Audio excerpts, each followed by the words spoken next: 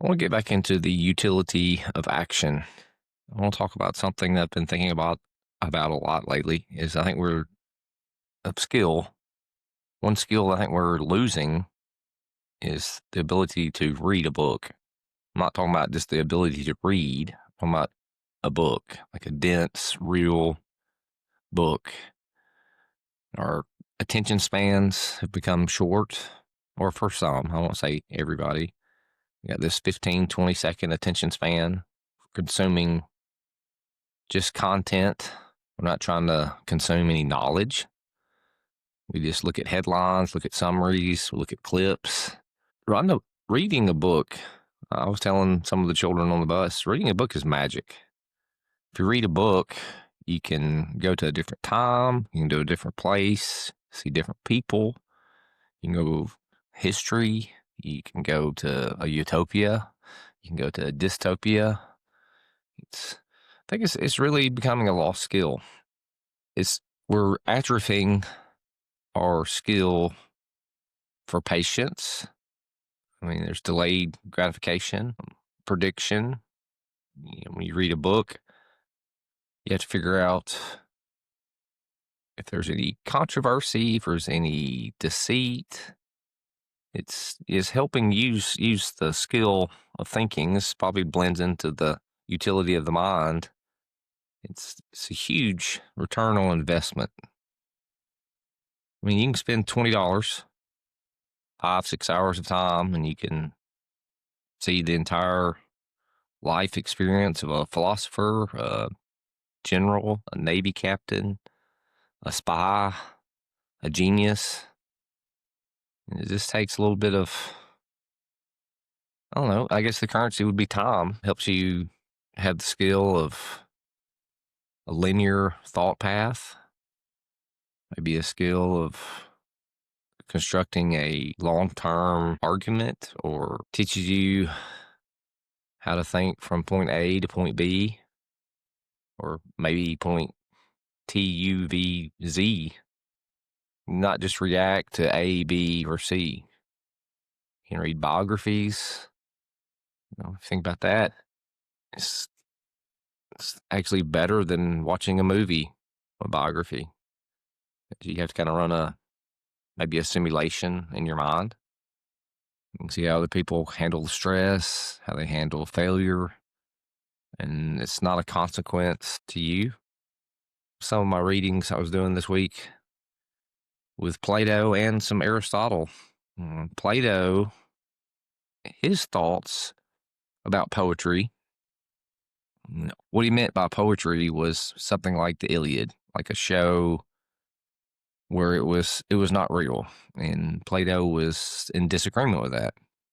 And Plato taught Aristotle. So Aristotle's beliefs differed. And he believed that with seeing that stress, discomfort, anxiety, it was a way for the person to deal with it without having to suffer the consequences of it. That was a very interesting read yesterday. Another thing about reading, like actually reading, not just scrolling or reading headlines or reading clips or reading, I guess, briefs.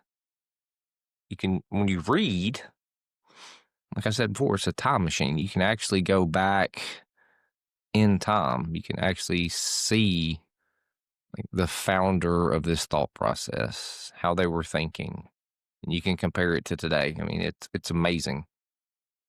You can read history. You can read the ancients. You can read people who came before you. You can. It's almost like talking to the people that came before you.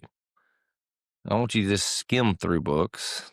Well, like I said, time is a currency. They hold it in high value because they want to get to the next thing.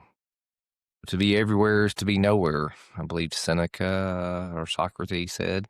So to be everywhere is to be nowhere. So let's linger maybe in a book, a great thinker. You can see how their thought process went. You can see how they reacted to things around them at that time. And to be honest with you, not many things have changed. Everybody always says, oh, things now. Things have been this way for a long time. It's just different inputs.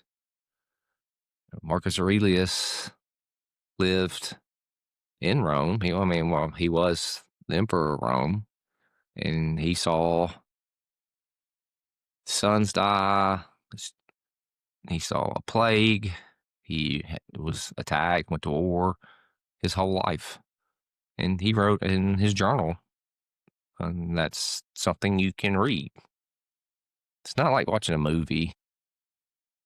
The director does exactly what his name says. He directs it for you. He points you in the way. He decides what everything looks like. He decides what the scene looks like. But if you actually take a book, you have to do that. You have to use the skill of, I guess, your imagination to get into that simulation.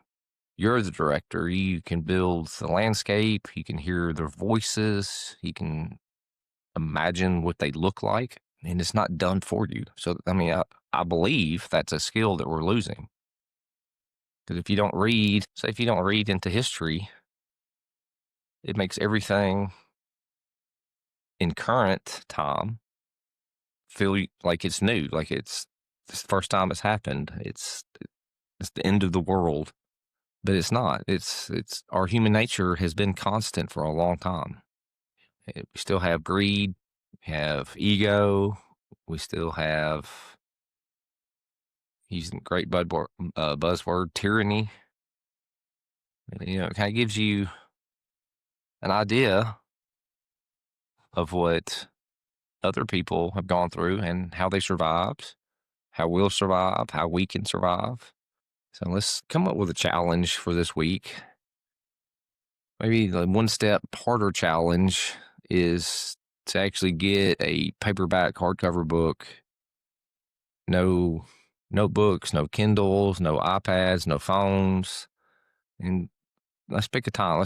Let's 10 minutes, 15 minutes, 30 minutes, continuous. That's your undistracted time every day. Make it part of your morning routine. Make it part of your wind down routine when you come home. That's a continuous 30 minutes every day.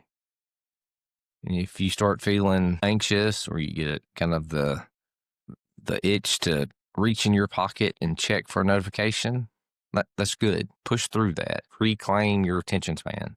That's another skill we've lost, is attention span. Do that for this week's challenge. The skill of reading. Books are magic.